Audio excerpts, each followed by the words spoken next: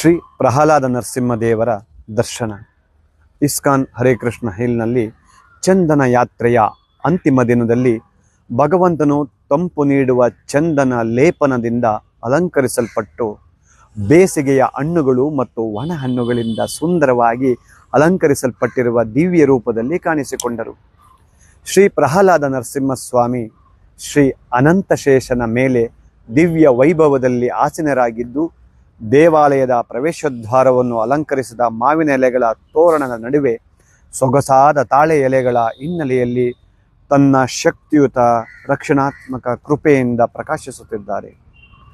ಚಂದನ ಯಾತ್ರೆಯ ಸಮಯದಲ್ಲಿ ಭಗವಂತನ ದೇಹವನ್ನು ಬೇಸಿಗೆಯ ತೀವ್ರ ಬಿಸಿಯಿಂದ ತಂಪಾಗಿಡಲು ಚಂದನ ಲೇಪವನ್ನು ಅಣಿಯಲಾಗುತ್ತದೆ. ನಿಮ್ಮ ಕುಟುಂಬ ಮತ್ತು ಸ್ನೇಹಿತರೊಂದಿಗೆ ದೇವಸ್ಥಾನಕ್ಕೆ ಭೇಟಿ ನೀಡಿ ಅವರ ಆಶೀರ್ವಾದವನ್ನು ಪಡೆಯಿರಿ.